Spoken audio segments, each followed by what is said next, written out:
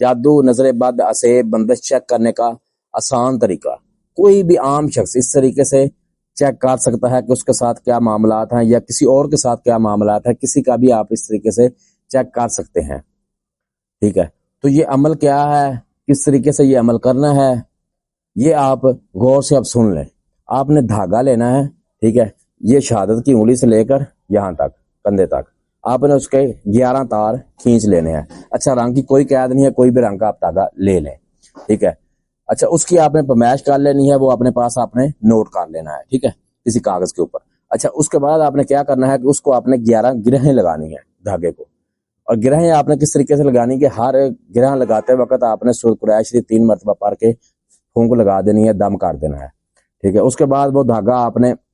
مریض کو دے دینا ہے کہ وہ اپنے سرہانے رکھ کے رات کو سو جائے، صبح اس کو کہنا کہ وہ دھاگا واپس لا کر ہمیں دے، ٹھیک ہے۔ اور جب وہ واپس دھاگا دے گا تو اس کی صبح اپنے پمائش دوبارہ سے کرنی ہے،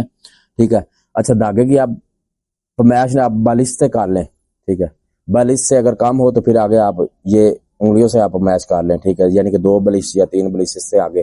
انگلیوں سے پمائش کر لیں۔ وہ جو پمائش آپ نے نوٹ کی ہوگی، ٹھیک ہے، وہ دوبارہ سے آپ جب دھاگے کی پمائش کریں گے تو اس میں یاد رکھیے گا اگر تو دھاگا برابر رہے تو سمجھ لے کہ بیماری ہے، جناتی اثرات نہیں ہے۔ اگر دھاگا 1 انگل بھر جائے تو سمجھ لے کہ وہ اثرات میں مبتلا ہے، اگر 2 انگل بھر جائے تو سمجھ لے کہ جناتی اثرات میں مبتلا ہے، اگر 3 انگل وہ بھر جائے تو کسی چڑیل یا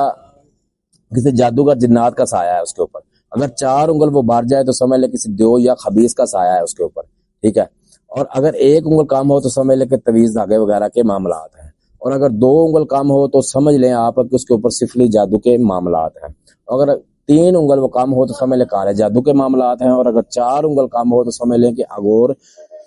یا کبالا جادو کے اس کے ساتھ معاملات ہیں۔ یہ انتہائی خطرناک جادو کی اقسام ہیں۔